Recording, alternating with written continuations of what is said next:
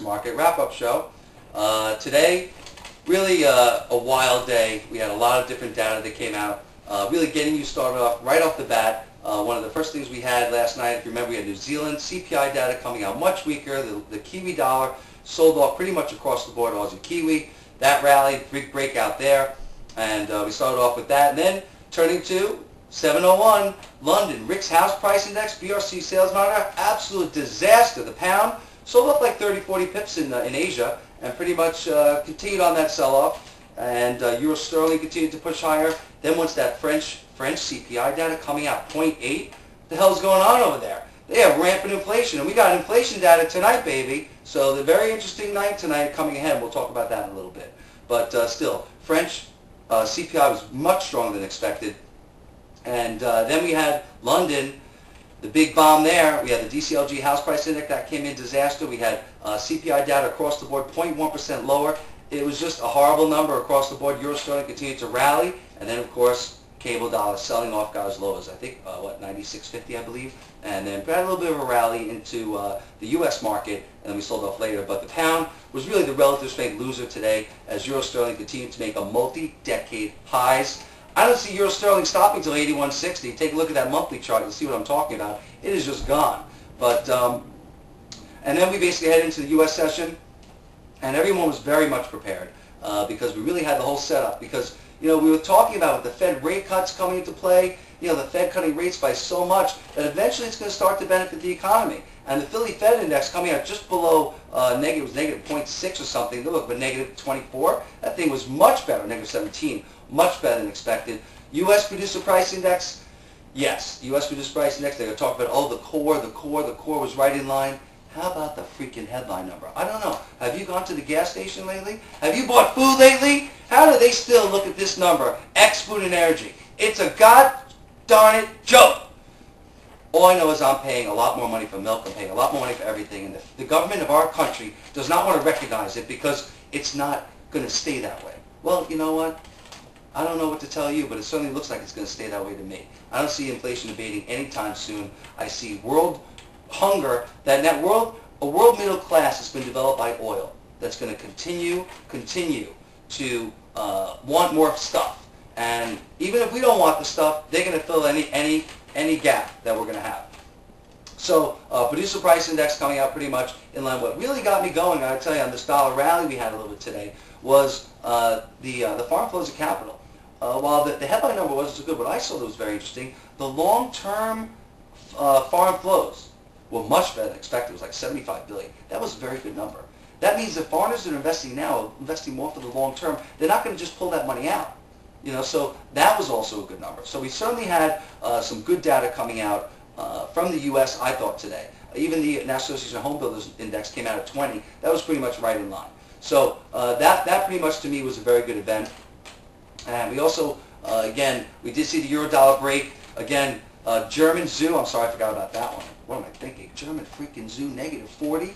Oh my goodness. Now again, German zoo isn't as important as German IFO next week, and I'm very curious to see that German IFO. And if it really was that much of a euro sell-off, we would have had euro-Swiss sell-off, we would have had euro-sterling sell-off. That wasn't the case. Euro-Swiss broke out a little bit. To the upside, euro-sterling kept breaking out. So really it was just against the dollar. It was more of a dollar rally today. But there was a lot of other interesting stuff going on. Again, one of the things, too, we spoke about, oil continued to make a new record freaking high. I mean, who knows what we're going to be paying for gasoline prices. Israel went into the Gaza Strip. We told you there's a lot of bad, there's a lot of bad stuff going on in Israel. They're at DEFCON freaking 3 over there. They're about to have a massive war, and it just continues to develop. And oil, in my opinion, is going up because of this. Now, tomorrow's inventory data, that could be a sell in the news event. We could see a real reversal in oil right now. But take a look at that daily chart. Draw a line from the highs across, and you'll see oil is right there at the top of a channel, 113.90. If we break through there, we could have a melt-up situation. Maybe we reverse after the inventory data comes out, but I got to tell you, things are heating up in the Middle East. Things are heating up between the U.S., Syria, Iran, Israel, Lebanon. It's all DEFCON 3. So that's not looking very good, and I think there's going to be more bad news coming out from that part of the world. And that's probably going to cause oil to have this risk premium, they call it, this risk premium in there. That was very important that came out, again, that happened last night. And again, Other good stories that came out, I forgot to mention, again, we did have Australia, Governor Stevens. Basically, he was very mixed. Basically, the market is assuming that Australia is absolutely done raising rates. If anything, they're going to lower rates, or what I think is more likely is they're going to hold steady for a while, and they're going to have a neutral bias. That's pretty much what happened today, or last night, was Australia went to a neutral bias. And I think that the Australian dollar, you look at the chart under 92, the Aussie looks like death. And finally, gold prices were down today, and unchanged. And if gold pushes lower, maybe that could cause commodity currencies to be on the weak side. We did have the loonie showed a little bit of strength today as well. That's something to look at in addition to some of the other commodity currencies. But a lot of cross rates in the Canadian were very, very strong today, Canadian dollar. Other real interesting points I want to make. Again, we had significant comments by McCain today on, I thought, on CNBC. I thought he did a pretty good job. I got to tell you, I thought he did a very good job as far as holding the Republican line. If you know me, and if you're a listener, most of you know me by now, because again, I've been doing my radio show for a year and a half. You know that I'm big on government, low government spending. Let the states dictate what they do with their money. Small government, trickle down economics, okay, works. And this big government that Obama won and Hillary won is just not going to work in the long run. It's going to maybe help in the short run, but in the long run, it's going to be more deficit spending. They're going to put us more in debt, and it's not going to go to the right places if you're a trickle-down economist. But so I really was impressed with McCain. I got to tell you, and Obama. You realize what's going on with Obama? He is an anti-free trade. I mean, he is so anti-free trade, trying to get this Pennsylvania election. He's showing us his true self. Obama is really showing us his true self, and you know what? He's just going with the flow. He's trying to get elected. And I become such an anti-Obama. I'm sorry people that love him, but he's an elitist, and he's pushing away. He's the left. He's the far left. So if he gets elected, I got to tell you, we have big problems in this country if he gets elected. But Pennsylvania on the 22nd is going to be a very interesting day. And as far as the, that's it? Left. Oh boy, 3 minutes left. I went too much. All right, let's get quickly to today's data coming out real quick. Lehman also, by the way, saying worse is over, but the uncertainty going forward. Lehman is a joke. Give me a break. Lehman, there's so much bad stuff coming out of Lehman. You watch. There'll be a lot more bad stuff coming out of Lehman. Tonight, not much in Asia. German CPI coming out, looking for 0.5% on the increase on that. That's a big number. Pound, non-farm payroll, they claim to carry. Look for those average hourly earnings, 3.6%. If those are higher, pound could benefit. They're lower, pound should get hit, as spending will get sapped away. Eurozone CPI coming out at 5 a.m. Eastern. That's a big number, 3.5%. You get a 3.6, 3.7. Trichet's never going to be cutting rates, ever.